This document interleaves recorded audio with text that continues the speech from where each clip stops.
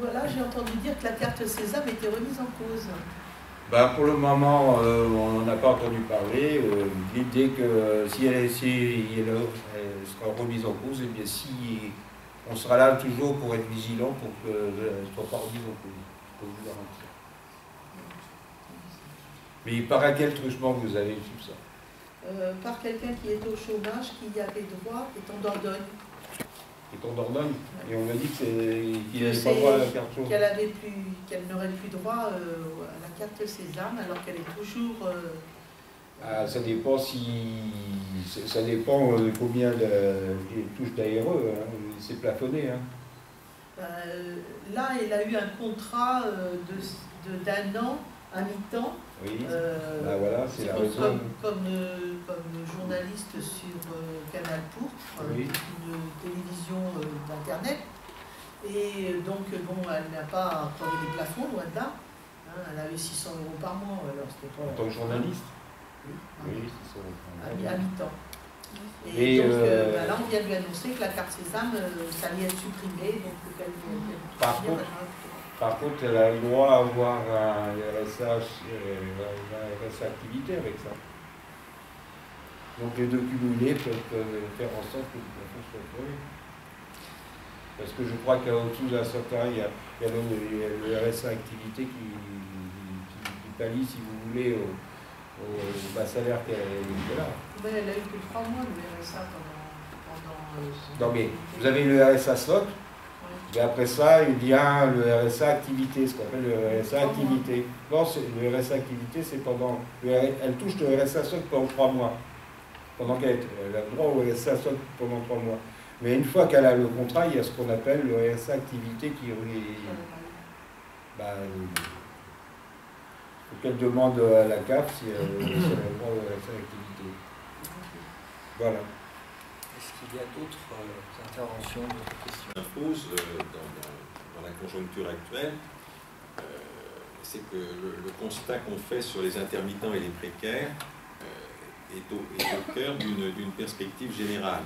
C'est-à-dire que la situation des salariés dans le contexte du libéralisme, la situation des salariés va probablement, on peut l'imaginer, se dégrader, et on peut considérer que le statut des intermittents et des précaires est une sorte de laboratoire pour le patronat. Un laboratoire, tout simplement, parce que ça teste la réactivité des victimes de cette mesure, de cette politique d'exploitation renforcée, que ça permet de tester un certain nombre de dispositifs, tels que le dispositif de flicage, utiliser la ruse pour justement pouvoir radier un chômeur en se présentant comme un conseiller, en montant éventuellement des souricières, suivant la logique de la Stasi, par exemple. Et à partir de là, le combat qui est mené par les intermittents et les précaires du spectacle est un combat de tous. Et il est important de faire en sorte que convergent toutes les luttes et que, par exemple, ce mouvement des intermittents et des précaires mobilise une large base de salariés. Dès lors que le sort qui est fait à ces catégories aujourd'hui sera fait à tous demain, très probablement. Et donc c'est un combat exemplaire, c'est une sorte d'avant-garde de la lutte des salariés pour échapper à une exploitation renforcée. Et cette exploitation renforcée, bien entendu, elle est prévisible dès lors que le libéralisme planétaire est en œuvre. On a vu par exemple tout à l'heure, on discutait du TAFTA, c'est une opération de nouvel ordre mondial, une opération de domination et de contrôle social total qui s'installe. Par ailleurs, s'agissant plus généralement du chômage et de quelques déclarations du gouvernement, il faut savoir que le chômage n'est pas quelque chose qui apparaîtrait comme subi, comme une conséquence déplorable, une situation temporaire, mais que tout cela va s'arranger. C'est pas du tout ça. Quand on regarde sur le long terme, le trend, la tendance générale, c'est celle d'un accroissement du chômage. Et Marx l'avait parfaitement vu, puisque pour lui, les chômeurs constituent l'armée de réserve du capital. Le chômage, c'est un moyen de terroriser le salarié, en lui disant, si vous n'êtes pas compétitif, si vous n'êtes pas performant, si vous râlez, il y en a qui attendent votre place. Donc, soyez raisonnable, ne demandez pas d'augmentation de salaire. Donc, le chômage est un outil pour peser sur les salaires. C'est un outil pour peser sur le salarié qui est bien entendu terrorisé à l'idée de perdre son emploi et renonce à se syndiquer, renonce à revendiquer quoi que ce soit. Donc, simplement pour dire que cette lutte qui pourrait, dans les médias, dominés par les puissances d'argent, dans les médias, on pourrait marginaliser cette lutte en disant, bon, c'est un petit groupe, ce sont des travailleurs, certes dans une situation particulière, mais qui finalement ne représentent qu'un effectif réduit dans le salariat, qui sont d'autre part marginaux, hein, pourquoi pas? On dit, bah oui, les gens du spectacle, vous imaginez. Donc le grand public n'est pas motivé à explorer, à examiner ce qui se passe. Mais c'est tout autre chose qui se prépare, parce que c'est un combat qui est finalement à terme le combat de tous. La précarité menace tous les salariés, et bien entendu, dès qu'il y a cette manif du 6 décembre, il faut espérer qu'il y aura une présence d'un très grand nombre de gens, parce que c'est le combat de tous. Elle était à 4% parce qu'il y avait eu cet accord, je ne sais plus, Chairman, je ne sais plus, je me souviens plus du nom, mais une obligation de revalorisation salariale pour les ouvriers, et pour les techniciens, agents de maîtrise, c'était pas obligatoire, donc ils sont restés au taquet. Donc du coup, à un moment donné, si on augmentait le salariat, le taux horaire pour les ouvriers, il fallait augmenter aussi équitablement pour les autres catégories de travailleurs, quoi. Et on a obtenu très peu, quoi. Mais c'était très bien, les ouvriers avaient vraiment besoin d'avoir une revalorisation salariale, mais on n'est pas sur les mêmes dispositifs, c'est les responsabilités ne sont pas les mêmes quand même, donc voilà. Mais bon, on a obtenu un truc moyen, on va dire. Mais là, la négociation, la convention collective est importante, puisqu'elle est supérieure dans la hiérarchie des règles, elle est supérieure, quoi, donc, au code du travail, donc c'est important. Cette bataille, et c'était pour ça que c'était important du côté des employeurs et des producteurs de cinéma de ne pas signer de convention collective, parce que tout d'un coup, on établissait une règle supérieure au code du travail, et que effectivement, on est toujours sur le chantage de l'employeur vis-à-vis de son salarié. Et comme nous sommes sur des situations précaires et des emplois discontinus, des temps de travail discontinus, c'est vrai que nous, on est d'une malléabilité terrible, quoi. On n'a pas de prime de licenciement, on ne se fait pas licencier, nos contrats sont courts, c'est des CDD d'usage, contrat à durée déterminée d'usage, parce qu'il est d'usage de procéder ainsi dans notre profession, puisqu'on est sur des emplois discontinus. Mais on a une cotisation double, comme j'ai dit, la cotisation par employeur et par salarial est double par rapport au régime général. Donc on participe déjà à l'effort. On est dans une participation d'efforts de caisse commune, enfin de solidarité interprofessionnelle, puisqu'on paye déjà double. Donc, et sur les contrôles, nous on a eu des contrôles où on a viré les gens sur des enquêtes mandataires parce qu'ils répondaient, ils voulaient bien faire, donc ils voulaient pas déranger l'employeur, donc ils répondaient à la place de l'employeur, sauf que les questions étaient adressées aux salariés intermittents, donc au régime, au chômage. Ils s'adressaient aux chômeurs, mais les questions étaient adressées directement à l'employeur. Donc il y avait une ambiguïté dans les enquêtes mandataires qui est terrible. Donc ça a permis d'en éliminer certains. Et quand on sort du régime de l'intermittence, on n'a pas de palier de décompression. Hein. C'est directement cas RSA. Il n'y a pas d'intermédiaire. Donc ça veut dire qu'il y a des salariés intermittents qui ont 20-30 ans d'expérience, qui ne trouvent plus de boulot parce qu'ils n'acceptent plus pour faire justement valoir leurs compétences, leurs qualifications, leurs diplômes, voire et leur formation spécifique, revendiquent forcément un salaire beaucoup moindre qu'un débutant, mais on préfère prendre le débutant, et ces gens-là se retrouvent à la case RSA, il n'y a pas de sas de décompression, quoi.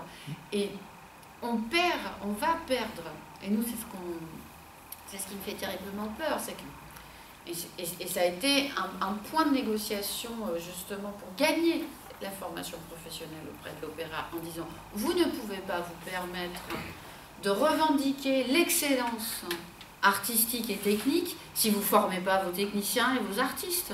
Vous ne pouvez pas revendiquer d'être la vitrine de la culture française si à l'intérieur les salariés ne sont pas hautement qualifiés. C'est pas possible. Et pour qu'ils soient hautement qualifiés, il faut qu'ils soient formés. Donc aussi bien du côté des artistes que des techniciens. Une technique artistique, c'est une technique artistique, il ne faut pas croire, ça s'apprend, ça s'acquiert et ça se transmet. Et ça, on essaye de le valoriser, mais voilà quoi, c'est. La seule chose, aussi j'ajoute quelque chose, c'est qu'au point de vue des stages, le stagiaire, il n'est pas payé par l'employeur. Le stagiaire, s'il a fait un stage rémunéré, c'est généralement la région qui paye. C'est Pôle emploi qui paye. C'est soit la région, c'est Pôle emploi. Mais en aucun cas, un stagiaire est rémunéré par un employeur. Un employeur ne peut pas, il ne rémunère pas le stagiaire. Un stage, qu'est-ce que c'est? C'est une formation. Entre guillemets, c'est une formation. C'est un statut bien particulier, le stagiaire. Voilà. C'est ce qu'il faut savoir. Et pour compléter aussi ce que disait Framboise, c'est pour ça que nous, on se bat pour la convention d'assurance chômage, on se bat pour les droits rechargeables. C'est-à-dire que pendant les laps de temps, la personne qui va se trouver avec un CDD va pouvoir recharger des droits pour enfin percevoir des indemnités aéros. C'est pour ça qu'on se bat pour que ces droits rechargeables existent réellement. Pour l'instant, ils ne sont pas encore... Si, ils sont dans la convention collective du 22 mars et qui crée un problème pour nous, justement, pour nos annexes. Parce que, par contre, là, c'est pareil, c'est technique, hein, mais c'est une bascule entre... si vous avez fait, parce qu'on peut faire des contrats au régime général et des contrats au régime de l'intermittence. Mais...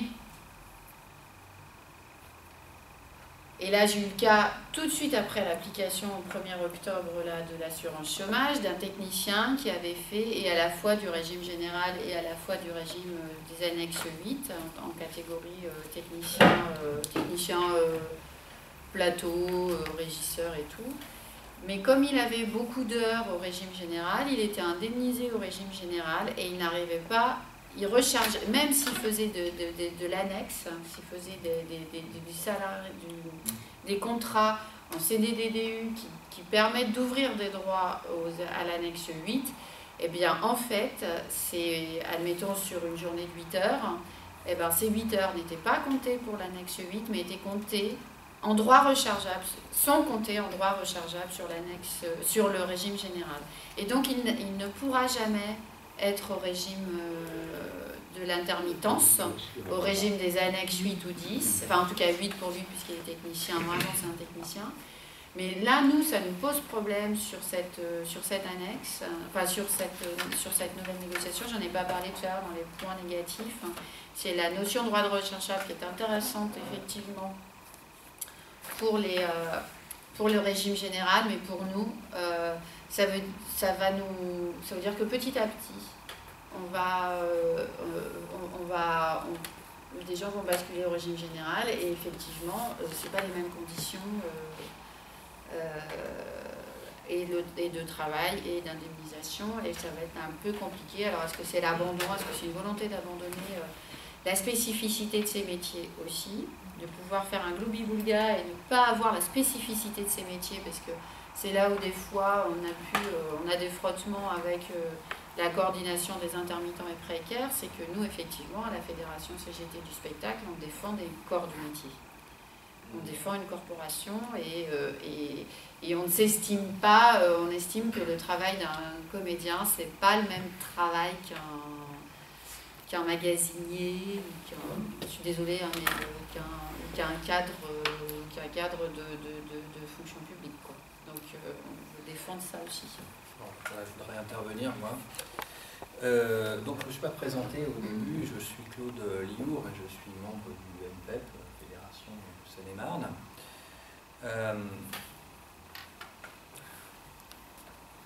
On vit dans un pays où il y a un chômage massif, structurel, depuis 40 ans. Ce chômage, il a été en augmentant, mais il est structurel depuis 40 ans. Et il connaît actuellement des records. C'est vrai que si on ajoute aux chômeurs déclarés, les chômeurs qui sont plus inscrits sur les listes, les précaires, les travailleurs pauvres, dont la situation est parfois pas meilleure que celle des chômeurs, on atteint largement les 15%, et à mon avis, on est même plus proche des 20% de la population active. Nous, on a dit 15%, c'était pour pas éviter de mettre la barre un peu trop haute. Donc, dans le même temps, on constate que les droits des chômeurs diminuent, que la répression des chômeurs, la stigmatisation des chômeurs va en augmentant, que les moyens d'accéder à l'emploi par le service public pour l'emploi sont attaqués, hein, puisque vous avez parlé de la situation du pôle emploi, de la délégation à des entreprises privées, la mission de l'accès à l'emploi.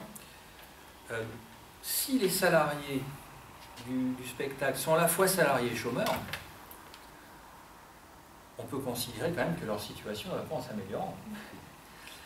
Et je rejoins tout à fait l'intervention qu'il y a eu tout à l'heure. Les droits des salariés, enfin la situation des salariés du spectacle, que ce soit, alors en termes de droits, on pourrait effectivement on peut discuter sur l'avancée d'un certain nombre de conventions, mais leur situation de salariés, globalement, en raison de la situation du chômage, leur situation, elle va en régressant, hein, en se détériorant, comme celle des autres salariés. Leur situation se dégrade selon des modalités techniques différentes de celles des autres salariés, selon un calendrier différent, mais leur situation suit le même chemin. Et donc, moi, la question que je veux vous poser, que je veux poser à Agir contre le chômage et à la CGT, c'est comment elles analysent, comment vous analysez les causes, finalement, des batailles perdues par rapport au chômage, par rapport à la situation des salariés de manière générale, puisque j'ai voulu montrer que la situation des salariés du spectacle correspond à celle des salariés de manière générale. Comment le MPEP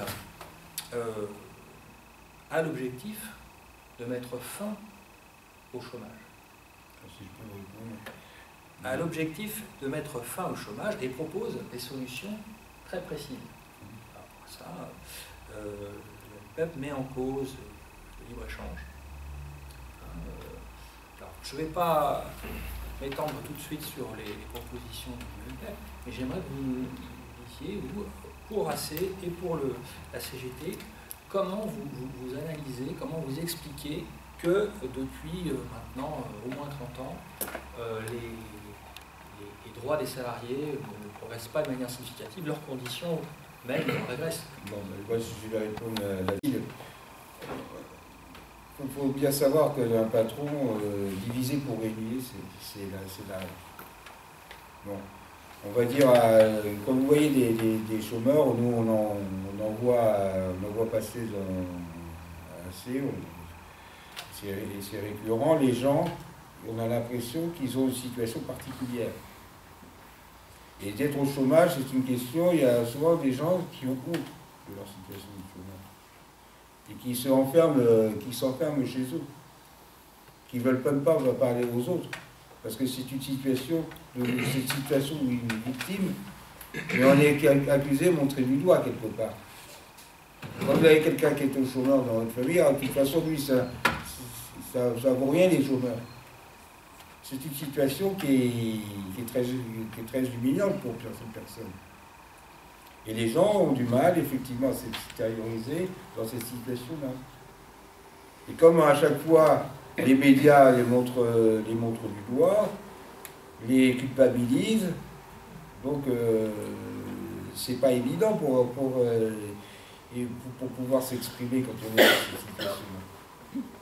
Ça, c'est déjà dans un premier temps. Et dans un deuxième temps, comme on les culpabilise à mort, on divise pour régner, c'est très facile. Ils sont victimes d'un chantage permanent. Et c'est pour ça que c'est récurrent, on vit dans une situation qui est absolument grave et récurrente, et que nos camarades ici a très bien exposé, le chômage profite au patronat. Ça leur profite exactement. Ils en jouent, ils organisent même le chômage. Quand vous savez que vous avez 30 milliards d'euros qui sont exonérés par an, exonération de charges sociales, quand on vous parle du coût du capital, et qu'à chaque fois on vous parle du coût du travail, le coût du travail, ça devrait être le meilleur des investissements, l'investissement le plus noble. Or, ce n'est pas l'investissement le plus noble. On est sans arrêt en train de nous rabâcher le coût du travail, le coût du travail. Qu'est-ce qu'ils cherchent les patrons? Ils vont finir par vouloir avoir de plus en plus des esclaves, puisqu'on nous met en concurrence vis-à-vis direct, vis-à-vis des populations qui sont déjà des esclaves. On va vers l'esclavage. Ça, faut vous mettre ça dans la tête. On va de plus en plus, on dira de plus en plus vers l'esclavage, puisqu'on nous met en concurrence vis-à-vis des populations qui sont déjà en esclavage. En plus de ça, on parle du coût du capital. Le coût du capital, ça devrait pas être un coût. Le capital, ça devrait être des actifs. Or maintenant, c'est devenu un coût. Parce que c'est le contribuable qui paye le patronat en ce moment. Le patronat encaisse 270 milliards par an.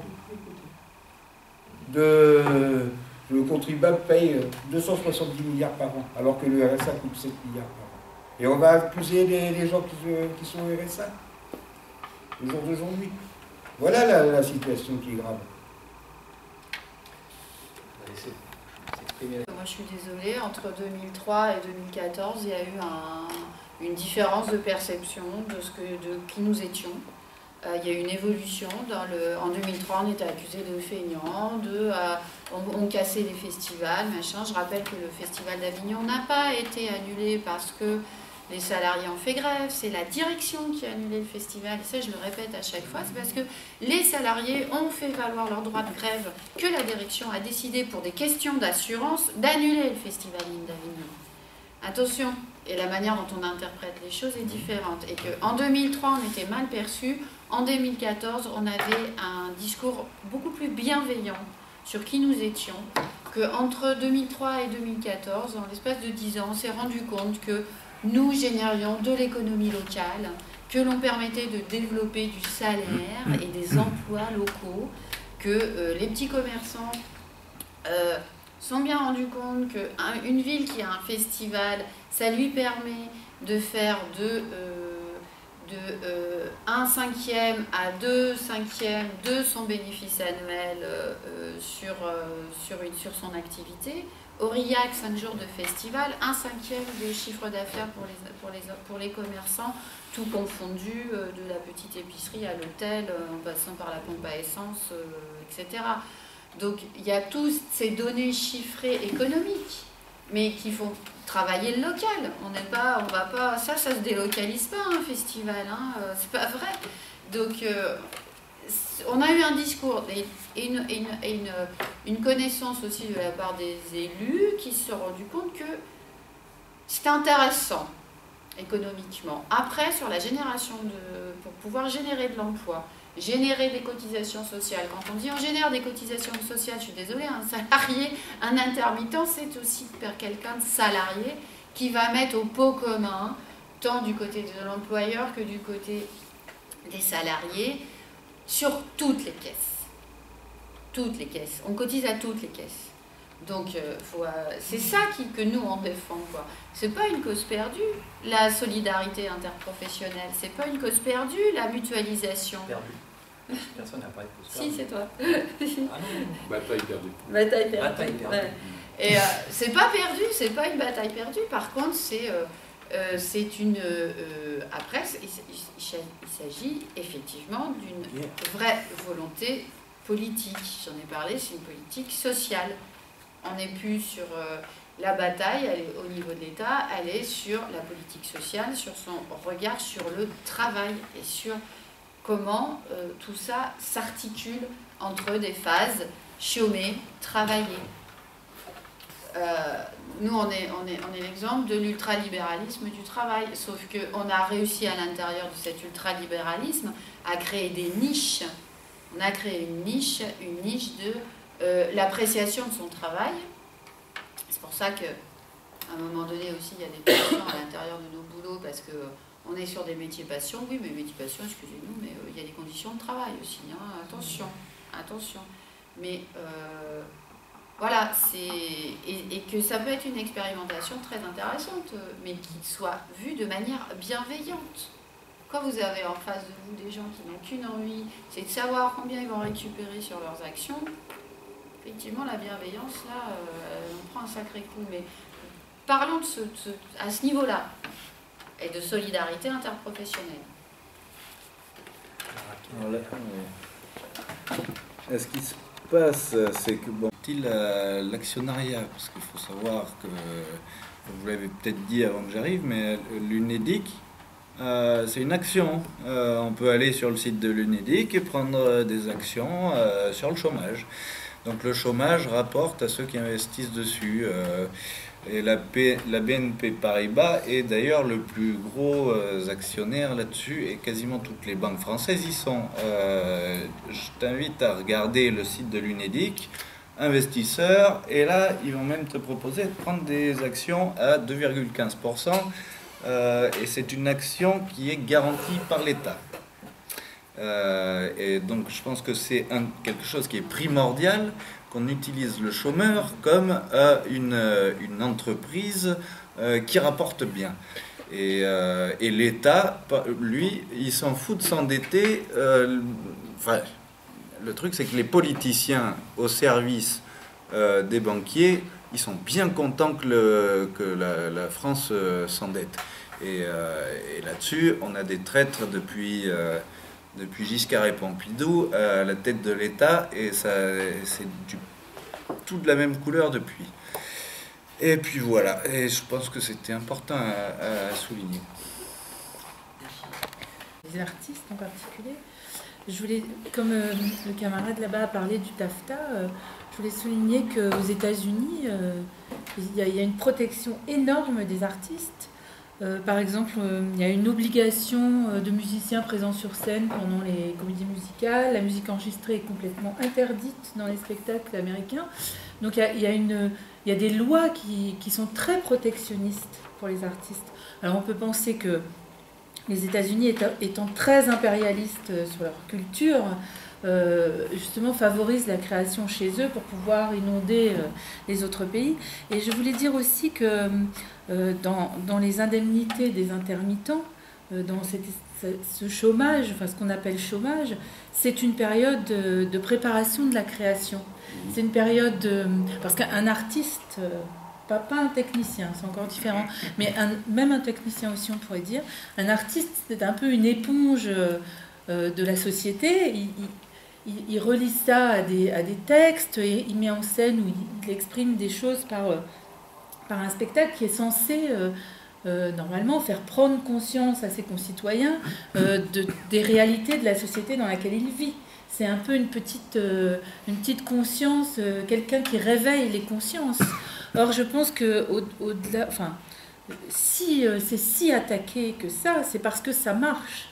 Parce qu'un artiste qui fait un spectacle tape généralement très juste et fait que les gens qui vont voir les spectacles sont beaucoup plus conscients, sont sûrement plus réactifs. Enfin là, je rêve pas non plus, c'est pas immédiat, mais ils mettent les vers dans le fruit, ils font en sorte que les gens se préparent à réagir, à agir, à être indignés, à vouloir changer le monde. Donc je crois qu'il y a une volonté aussi politique de supprimer cette culture qui pousse à la révolte, à l'action politique et à tout ça, parce que ça aussi c'est important. Et je pense que... je voulais dire aussi que par exemple en Argentine, après le krach qu'il y a eu dans les années 2000, les gens se sont retrouvés sans plus rien. Hein.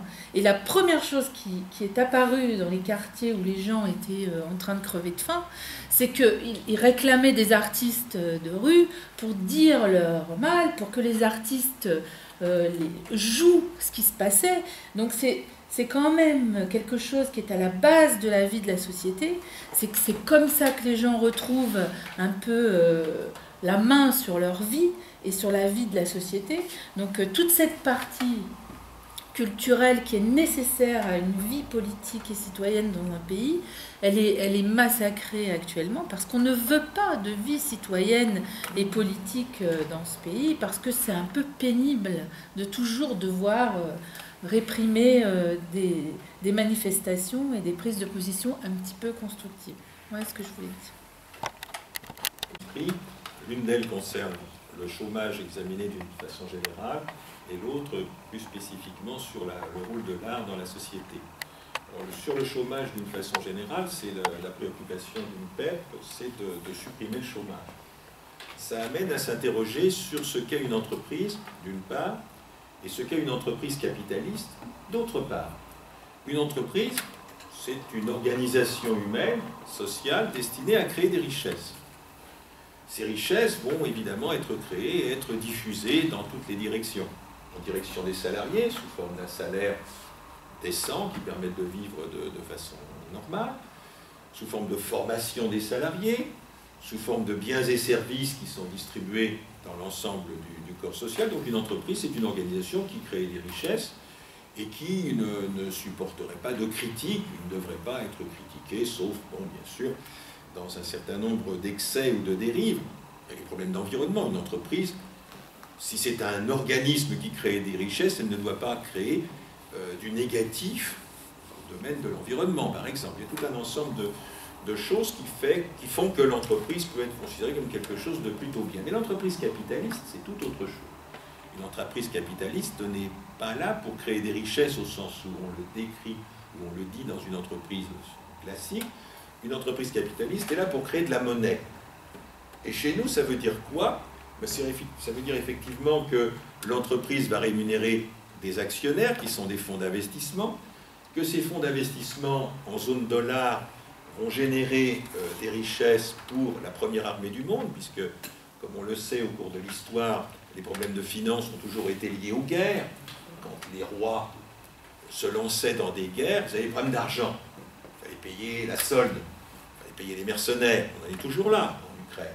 Il faut payer les mercenaires, il faut payer les bombardiers furtifs, il faut payer les porte-avions. Et donc, une entreprise capitaliste aujourd'hui ne crée pas de richesse, elle exploite effectivement, elle tond la population, les clients, les salariés, elle crée des nuisances de toutes sortes, et effectivement, le chômage apparaît dans cette logique de l'entreprise capitaliste comme au cœur de la solution pour eux. Avoir des chômeurs, ça veut dire qu'on n'emploie pas toute la population qui serait désireuse de participer à la création collective, et donc on réduit le coût, comme ils disent, eux, le coût du travail. Et bien entendu, le chômage est au cœur du dispositif de terrorisme à l'encontre des salariés qui, bien entendu, n'osent plus refuser un salaire trop bas. On dit, bon, ben, vous êtes qualifié, mais vous savez, si vous voulez plus, il y en a d'autres à côté qui vont prendre le travail. Donc, il y a une grosse distinction à faire entre l'entreprise, créatrice de richesse, et l'entreprise capitaliste, qui est tout autre chose, qui va frauder le fisc, qui va être dirigée par des mafias, qui va mettre en place tout un ensemble de moyens de contrôle et de flicage dans le salariat. Et pour en revenir à la fonction des artistes, ben effectivement, la subversion de ce modèle peut passer par les artistes qui sont là justement à l'écoute de l'ensemble de ce qui se passe dans le corps social, ils peuvent dans un spectacle cristalliser la problématique et la rendre perceptible aux masses. Et bien entendu, l'artiste est considéré comme potentiellement dangereux par les classes dirigeantes, c'est assez clair. On pourrait parler de Coluche et de bien d'autres. Michael Jackson, comme ça, ils disparaissent. On ne sait pas trop. Bon, bien sûr, c'est fortuit. On va en dire plus. Michael Jackson, Coluche. Mais pourquoi aux États-Unis, je ne parle pas de Michael Jackson, pourquoi aux États-Unis les artistes sont-ils bien traités?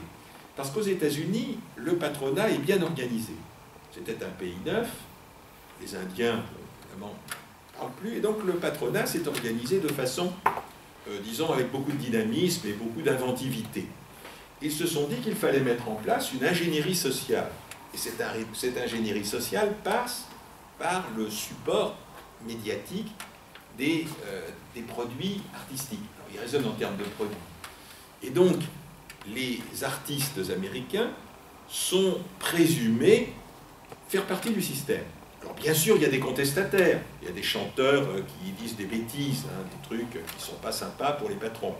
Mais bon, on essaye de récupérer. Alors ils font tout ce qu'il faut pour récupérer l'artiste dissident. Mais si les artistes sont bien traités, c'est que le patronat états-unien a parfaitement compris le potentiel subversif de l'art et qu'ils font en sorte que ça se passe bien. Et donc ils dorlotent les artistes parce qu'ils n'ont pas envie d'avoir de problème avec eux.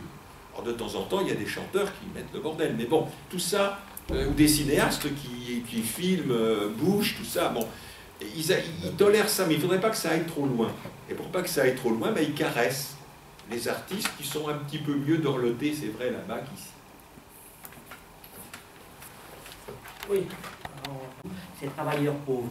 Parce qu'après, ça rentre dans la tête des gens et tout, et non, c'est des travailleurs mal payés. Là c'est clair. On a mis bien dans le code du peuple, on dit ça et tout, pourquoi ils seraient pauvres, de quoi, de travailler et tout. Très bien ça. Alors maintenant, pour résoudre le problème du chômage et tout, il ne faut pas rêver, on ne va pas le résoudre. C'est impossible, pourquoi? Pour une bonne raison. Dans la société, on a des surproductions industrielles et on a des surproductions agricoles. On a tout ce qu'il faut et tout. Alors tous les chômeurs qui sont là, qui servent le patronat, parce qu'on fait baisser les salaires et tout, et après ils emmerdent un peu la société, parce qu'on montre tous ceux qui travaillent contre cela, contre les chômeurs et tout, ils emmerdent quand même les gouvernements et tout. Mais ce problème, on ne résoudra jamais, parce que la population a augmenté dans cette société. À ce moment-là, si on veut résoudre le chômage, eh ben on va détruire les pelleteuses et tout, comme ça ils vont prendre des pioches et des trucs comme ça et tout. On n'a plus besoin aujourd'hui de pointer exactement et tout, 8 heures par jour, non, c'est faux. Ça suffirait largement pour chacun de travailler, pour faire comme la boutique et tout, 4 heures par jour, ça suffirait largement.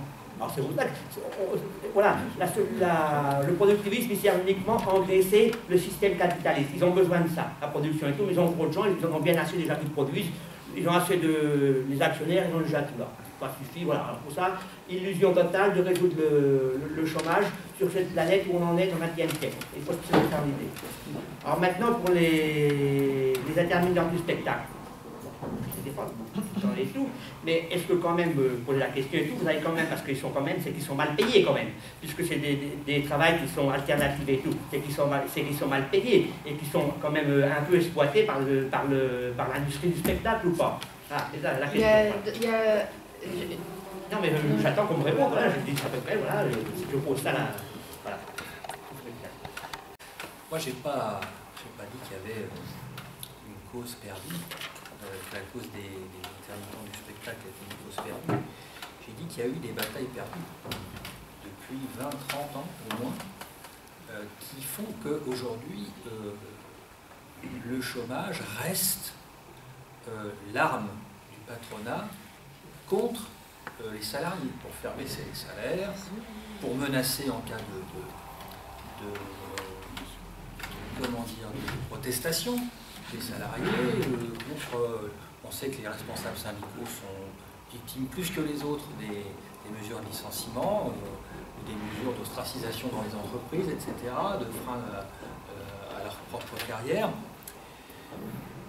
Bon, alors, la question qui se pose, parce que voilà, si il y a bien eu des batailles perdues, hein. Sinon la condition des salariés, de manière générale, elle ne se serait pas détériorée. Elle serait ou restée la même, ou elle se serait améliorée. Et il faut, si on parle de la condition des salariés du spectacle, être clair. Soit elle s'est améliorée, soit elle est restée la même, soit elle s'est détériorée. Alors, vous nous dites que les salariés du spectacle sont mieux perçus aujourd'hui, donc depuis la bataille qu'ils ont engagée en 2003, que, en tout cas, ils sont mieux perçus par la population et leurs conditions, leur situation, leur particularité est mieux perçue. Mais est-ce que leurs conditions de travail, est-ce que leurs conditions de vie s'est améliorée pour autant? C'est ça la question. Il y a la question. Hein? Voilà, moi je peux répondre. Alors, vous nous dites aussi que pour ces métiers, il n'y a pas de problème de délocalisation. On ne délocalise pas un festival, de spectacle public, etc. Mais est-ce que ça veut dire que les salariés du spectacle sont moins victimes que les autres des conséquences des délocalisations, c'est-à-dire de l'augmentation du chômage? Si le chômage il est plus massif, s'il y a plus de pression au chômage, est-ce que les salariés du monde du spectacle, ils sont moins victimes que les autres de la pression que fait le chômage sur les salariés? Moi, de mon point de vue, ils en sont victimes comme les autres. Non, je dis pas ça. Enfin, là, je vais rebondir sur ce que tu dis, c'est que je dis par rapport, j'ai parlé de perception on va dire, de la société civile, même par rapport au discours qu'on a pu entendre sur nos conditions de travail et nos métiers.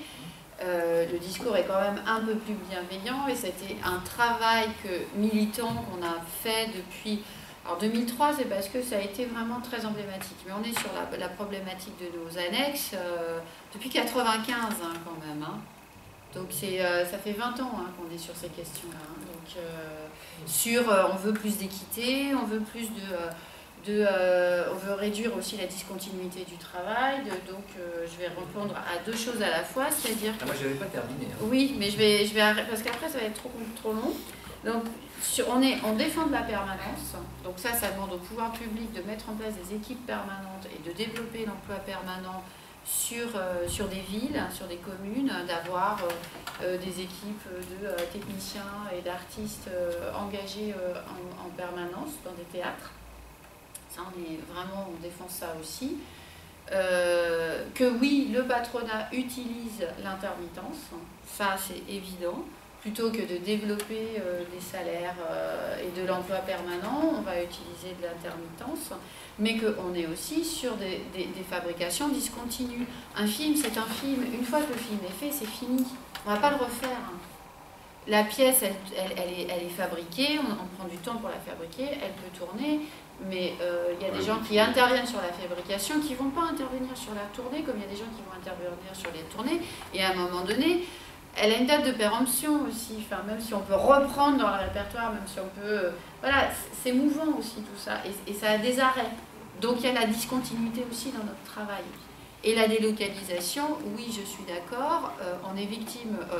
un festival ne peut pas se délocaliser, mais par contre, un tournage peut se délocaliser, ce qui se produit de plus en plus. On va aller tourner avec des salariés qui sont moins chers, ou des locations qui sont moins chères dans d'autres pays, comme le drame du concert de Madonna, les ponts lumière qui ont été montés, c'était pas nos techniciens qui les montaient, c'était pas des techniciens formés par nos savoir-faire, c'était une boîte délocalisée qui est intervenue sur le montage de ces ponts lumière et qui n'a pas fait dans les règles de l'art. C'est pour ça que la flèche a été montée à bras de... le pont lumière a été monté avec deux télescopiques, alors que ça ne se pratique pas du tout comme ça. Et donc forcément, les deux télescopiques ne sont pas montés en même temps, ça a fait bascule, ça a cassé le pont lumière, ça a effectué le drame, et il y a des travailleurs qui ont été tués. Sauf que ça aurait été monté par une boîte de prestat avec toutes les qualifications et parce qu'on a de la sécurité, de la prévoyance sur nos montages. Ça ne serait pas produit, je suis d'accord. Oui, tout ça. Mais on est sur on intervient sur quelque chose d'intermédiaire entre la discontinuité du travail, peu de temps de travail. Voilà. Sauf qu'on a des coups de bourre, ce qu'on appelle des coups de bourre. Je suis désolée, un film, vous ne pouvez pas étendre le temps de tournage ou le montage d'une pièce, vous ne pouvez pas distendre le temps de tournage pour travailler que 4 heures par jour. Il y a des équilibrages à faire, il y a de la justesse à faire. Voilà, c'est ça, je vais répondre. Et oui, on est victime bien sûr, d'une dégradation des conditions de travail.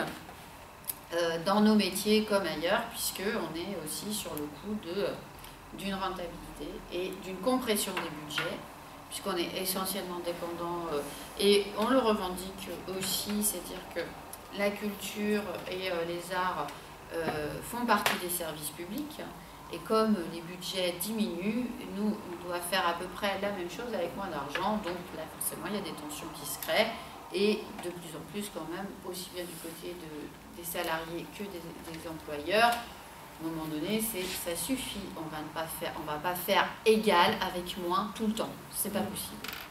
Donc il y a des batailles, mais c'est politique, on est bien d'accord. Et qu'on est sur de l'idéologie. Quand on fait référence à la philosophie grecque dans notre pensée occidentale, il ne faut pas oublier que Platon, dans le discours de la République, met au banc de la société les artistes. Donc, c'est pas d'hier. Moi, je voudrais revenir sur aussi des artistes. Je voudrais revenir sur la question du chômage. Est-ce qu'on peut mettre fin au chômage? D'abord, si le chômage est l'arme principale, la plus puissante utilisée par la classe dominante pour mater le salariat, il faut mettre fin au chômage. Ça doit être l'objectif principal des organisations politiques et syndicales qui veulent défendre les intérêts des classes dominées et des gens qui sont victimes du chômage. Est-ce qu'on peut y mettre fin? Alors là, il y a évidemment des solutions différentes qui sont proposées. Le MPEP n'est pas du tout favorable à l'idée du partage du travail. On pense que le problème n'est pas qu'il y aurait moins de travail à fournir pour répondre aujourd'hui aux besoins des populations. Non. Des besoins, il y en a énormément, il y en aura toujours, et du travail à produire, à fournir pour répondre à ces besoins, il y en aura toujours. Mais la question qui se pose, c'est comment, dans le contexte qui est le nôtre aujourd'hui, d'une économie complètement ouverte par les traités de libre-échange, qui sont les traités européens, qui constituent même l'armature de l'Union européenne, on fait pour mettre fin au chômage. Est-ce que je peux répondre? Je termine et je te... Nous, on pense qu'on ne peut pas mettre fin au chômage c'est même pas qu'on pense qu'on ne peut pas mettre fin au chômage dans le cadre d'une économie ouverte, c'est que même toute mesure qu'on pourrait prendre aujourd'hui pour mettre fin au chômage de masse est interdite par les traités de libre-échange et par les traités et par le droit européen. Par le droit européen. Un gouvernement qui aurait la volonté aujourd'hui, qui arrivera au pouvoir en France, qui aurait la volonté de mettre fin au chômage, toutes les mesures qu'il prendrait, elles seraient interdites par le droit européen.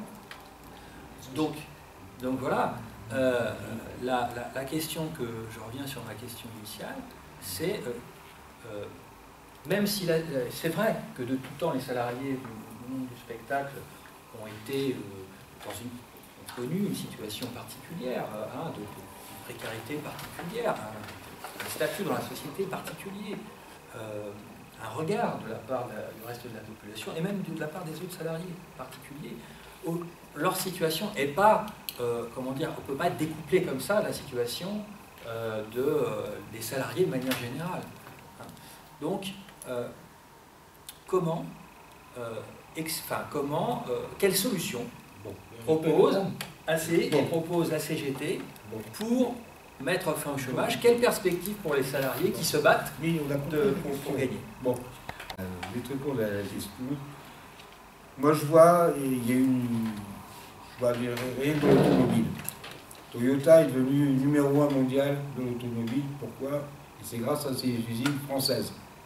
Parce qu'ils ont investi dans le travail, ils ont investi dans la nouveauté. Toyota a été les premiers à balancer sur le marché l'automobile, les hybrides. Les véhicules hybrides. C'est pour ça que ça a été numéro 1 mondial. Grâce aux usines françaises. Grâce au rappel aux 35 heures. Dans quelle configuration on basculerait aux 40 heures? Ça créerait 800 000 chômeurs de plus. Pour la bonne et simple raison, c'est qu'on ferait 18% de plus de temps de travail, donc dans la grille salariale, ça ferait 18% de plus de salaire à fournir. Pour le patronat, il n'est pas question de verser 18% de plus de salaire à fournir, donc il va émerger, il va foutre à la lourde 800 000 chômeurs qui seront le plus sur le carreau. Pourquoi le partage du temps de travail est nécessaire pour endiguer le chômage? C'est tout simplement, c'est une question arithmétique. Plus on partagera le temps de travail, plus on ira dans des objectifs d'être une politique à la demande et non d'avoir une politique sur l'offre. Peut-être là, effectivement, on sortira de cette gangrène du chômage. On peut très bien sortir de la gangrène du chômage par justement le partage du temps de travail, les augmentations de salaire qui pourront faire en sorte que les gens puissent dépenser un peu plus d'argent. Quand en 81, Mitterrand est arrivé au pouvoir, il a augmenté les salaires de manière considérable. Moi, à l'époque, j'ai travaillé dans le commerce. Je travaillais à Conforama. Depuis 81, j'ai eu une longue expérience du travail dans le commerce. En 81, Conforama était au bord du dépôt de bilan. Je me rappelle, j'avais un rayon, je faisais entre 2500 et 3000 francs de chiffre d'affaires par jour. À l'époque, c'était des francs. Quand Mitterrand est arrivé au pouvoir, en 85, je faisais jusqu'à 20 000 balles de chiffre d'affaires par jour. 25 000 francs par jour. C'est-à-dire que les perspectives du dépôt de bilan, ils s'écartaient.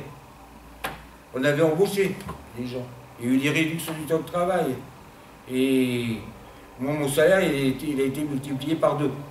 Parce que j'étais payé à la gaine. Bon, la chose. Et puis, Conforama s'est mis à embaucher. Il y a eu des réductions du temps de travail. Parce qu'au dépôt, il y avait eu un manutentionnaire qui était un Antillais, qui a eu une très bonne idée. Il a dit, on a un surcroît de travail, on va travailler en 2 équipes. On va faire une équipe du matin et une équipe d'après-midi. Comme ça, on était à l'avenue de la République à Maison-Alfort. Je me souviens, c'était en région parisienne. Et tous les matins, Maison-Alfort, c'était bloqué par les camions. Comme ça va éviter les camions de bloquer la rue. On déchargera beaucoup plus tôt le matin et comme ça, on va faire 2 équipes. Ils ont doublé l'effectif du dépôt. Donc, le partage des richesses et le partage du temps de travail peut faire en sorte, effectivement, on a cette équation, une équation de gauche, des réformes de gauche qui ont permis justement à retrouver, à faire baisser le chômage. Et il n'y a que la gauche pour pouvoir, la vraie gauche, je ne parle pas de la gauche capitaliste qu'on en a actuelle, parce que ça n'a rien à voir avec la gauche. Pour moi, c'est pas la gauche. Valls, c'est pas ça se demandait voir s'il n'est pas à l'UMP. Mais toujours est-il que des solutions de gauche peuvent faire en sorte qu'on puisse trouver des solutions au chômage. Tout à fait. On est assez proche, voilà, on est plutôt assez proche de cette analyse. Et puis, donc voilà, on n'est pas dans une politique émancipatrice, on n'est pas dans une politique de partage, on n'est pas dans une politique de soutien, on n'est pas dans une politique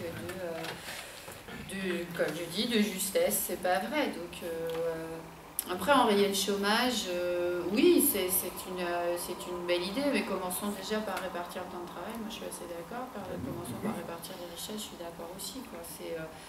C'est une question de politique et on n'est pas du tout dans une perspective de politique communautariste, on n'est pas dans une perspective dans ces politiques-là.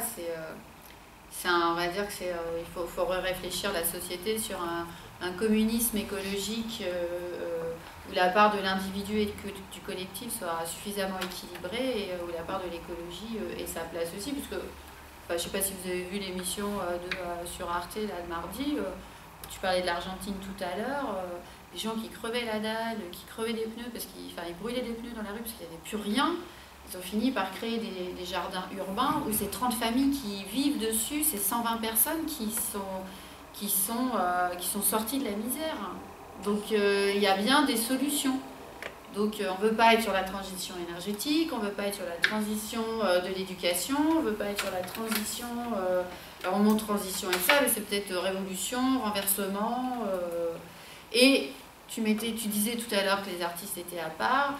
Moi je me souviens des quelques cours de philo que j'ai en tête où étaient à égalité l'enseignant, le chercheur, le politique et l'artiste. Et pour qu'une société soit juste, il faut que on va dire, ces personnes-là soient à égalité dans le fonctionnement de la cité. Voilà. Pour moi, ma bataille, elle est là. C'est vrai qu'il favorise l'esclavage, mais le travail aussi. Ça dépend. À partir du moment, oui, dans le milieu artistique, évidemment, c'est autre chose, mais à partir du moment où on n'a pas le choix de sa vie, on est esclave. Est-ce que l'homme est né pour travailler, uniquement pour travailler? C'est pas l'homme, ça. Je crois qu'il y a un moment où il faut que le productivisme aussi ralentisse et qu'on se dise qu'on a aussi le droit de vivre, le droit d'aller au spectacle, avec les moyens d'aller au spectacle. Parce que nous, on travaille. Mais quand on a un SMIC, voire moins, on fait comment pour aller au spectacle? Ça aussi, il faut se poser la question. C'est pour ça que nous, on est pour le revenu de base. Le revenu de base universel. Voilà, moi aussi je me bats pour ça. Parce que je pense que pour qu'une personne soit équilibrée, eh ben, oui, il faut qu'elle ait une jambe qui marche sur le travail, mais il faut aussi qu'elle ait une jambe qui marche sur le développement personnel, sur la vie en société, sur le temps de vie pour sa famille, pour ses amis, pour plein de choses. Je pense que ce qui est actuellement à craindre aussi, il y a près de 3 millions de chômeurs supplémentaires prévus dans les années à venir à cause de la robotisation. Mais cette robotisation va rapporter à qui? Est-ce que ça va nous faire baisser le nombre d'heures? Est-ce que pour autant, comme il y aura plus de gains, on va toucher plus? Non, pas du tout. C'est toujours dirigé dans le même sens. Il y a un moment où il faut rétablir les choses, où il faut diminuer ce qui va au capital et ramener ce qui vient au salaire. Mais on est bien content. Voilà. On est d'accord. Donc, oui, mais... C'est une revendication. Hein, le problème, c'est que... pour partager le temps de travail, encore faut-il que ce soit un travail aussi qui soit efficace et qui serve à quelque chose. Si c'est un travail, par exemple, que j'estime très bête, de faire des sondages pour les hommes politiques, bah, c'est le genre de truc dont on peut se passer. Par contre, si on demande aux gens d'être un peu plus présents aussi dans les hôpitaux pour s'occuper de l'accompagnement des personnes âgées, des enfants et tout ça, mais sur, par exemple, des spectacles, parce qu'on sait qu'il y a les nez rouges à l'hôpital et tout ça, mais pas suffisamment, pas partout. Bon, et puis, il y a aussi dans le spectacle un problème, moi, que je sens venir, ce sont les bénévoles. Parce que regardez, le plus grand spectacle mondial reconnu même par les Américains, c'est le Puy du Fou. Ça fonctionne avec combien de bénévoles? Qu'il y ait eu des bénévoles au départ, je veux bien. Mais maintenant, ils ne peuvent pas... Alors c'est pour ça que... Voilà. Ça aussi. Non mais il faut que je réponde parce que c'est... Non mais c'est vraiment... Mais c'est un point qui a été établi. c'est que dès que s'il y a billetterie avec des artistes professionnels et des bénévoles, on doit rémunérer tout le monde, donc ils ne sont plus bénévoles. Et donc effectivement, il faut créer un problème et il y a des procès qui ont été entamés parce que dès qu'il y a billetterie avec des professionnels et des bénévoles, ils ne sont plus bénévoles. Et pourtant, ils en ont toujours. Voilà. Alors, Alors, très vite, deux petites choses. Quand on dit on ne peut pas délocaliser un festival, si, ils sont délocalisés, même s'ils se passent en France. Parce que, par exemple, un simple exemple, les orchestres français ne sont quasiment plus jamais invités dans les festivals en France. Ce sont des orchestres de l'Est qui acceptent des conditions déplorables, sans repas. Ils sont à plus... Ah bah oui, bon, enfin bref. Ça, c'est tout à fait vrai. Les gens des orchestres français n'ont plus de boulot. Autre chose, moi, je ne supporte pas du tout qu'on dise qu'il faut partager le travail, parce que c'est comme si on avait un pot de travail, et puis qu'après, il fallait en prendre un petit bout chacun, parce qu'il n'y en a plus. C'est complètement faux. Il y a du boulot par-dessus la tête, parce que on manque de tout. On roule sur des routes défoncées, on a des écoles où il n'y a personne, les gens ne sont pas formés, enfin, il manque du monde partout. Qu'est-ce que ça veut dire de partager le travail? Ce qui manque, c'est qu'on met en concurrence des travailleurs de pays qui sont payés 3 fois rien pour ne pas employer des gens qui sont un peu plus protégés. C'est ça quand même le problème. C'est quand même le libre-échange. C'est pas autre chose. Donc moi, quand on dit il y a ce gâteau-là de travail, on va faire des toutes petites parts pour que chacun ait une miette, non, c'est complètement faux. Du travail, il y en a, mais enfin, il y a de l'emploi à faire. Et je ne suis pas du tout d'accord avec ces façons de dire qu'il faut travailler moins pour laisser un petit peu la place aux autres. Je termine juste très vite. Je pense qu'il faut que les gens soient payés normalement, travaillent normalement. Effectivement, à mon avis, l'idée de progrès de l'humanité, c'est peut-être d'avoir du temps pour soi-même, se former, développer et simplement ne rien faire si on a envie. C'est sûr, aller vers un temps de travail réduit, je suis d'accord, mais dire on va réduire le travail, donc le salaire, pour que tout le monde en ait un petit bout, moi je ne suis pas d'accord. Et le travail, il y en a beaucoup. C'est pas ce qu'on a dit. Non, mais bon, voilà, pas de partage. Je suis d'accord avec tout ce qui se dit. Dans une société idéale, tout devrait être comme vous dites, sauf que pour y arriver, si on reste dans l'Union européenne avec les traités actuels, si on laisse faire les traités transatlantiques, c'est absolument de l'utopie totale de penser qu'on va y arriver comme ça. Je voulais dire un petit mot aussi, puisque les solutions qui ont été proposées pour mettre fin au chômage, c'est de répartir les richesses, de répartir le temps de travail et de mettre en place, par exemple, le revenu de base, un revenu de base universel. Et développer des boulots. Parce qu'il y a des métiers à inventer aussi. D'accord, bien sûr, il y a des métiers à inventer. Mais ces 3 solutions, elles sont inapplicables dans le cadre de l'Union européenne. Répartir les richesses. Mais le patronat, les classes dominantes, vous allez faire comment pour, dans le cadre de la France, leur exiger d'elles qu'elles répartissent les richesses? Puisqu'on est dans une économie ouverte, le capital, s'il ne peut plus faire de bénéfices suffisants à son goût en France, il se barre ailleurs. La libre circulation des capitaux que crée le libre-échange permet au capital de se promener où il veut. C'est pour ça d'ailleurs que la mondialisation, elle a été construite par les classes dominantes. C'est pour s'extraire des lois et des conquêtes sociales des salariés des pays dans lesquels les salariés étaient les plus organisés, les plus à même de se défendre. Répartir le temps de travail, c'est la même chose. Oui, répartir le temps de travail, mais on va pas répartir le salaire. Donc il faut payer les gens qu'on embauche. Le patronat, aujourd'hui, il a un moyen de pression, c'est de se barrer. C'est de se barrer ailleurs, ou de faire venir des salariés, effectivement, d'autres pays. Regardez l'exemple que je vous ai cité, l'exemple que j'ai cité de Toyota, on a un exemple criant, c'est-à-dire que ça a permis de pouvoir embaucher, et là, ils ont une autre vision de l'entreprise n'avait une vision libérale des autres En entreprises. 80, hein. Bon, non, mais Toyota, c'est maintenant, hein, c'est maintenant. Autre chose, j'ai travaillé, un de mes anciens employeurs, c'était Sonco. Sonco, j'étais dans une entreprise qui faisait des panneaux solaires photovoltaïques, qui vendait des panneaux solaires photovoltaïques. Or, moi j'étais téléconseiller dans cette entreprise. Cette entreprise, elle est née avec la crise. Elle est née en 2008. En 2009, jusqu'à 2011, elle a recruté 500 personnes. Qu'est-ce qui a bousillé cette entreprise? C'est tout simplement un certain Nicolas Sarkozy.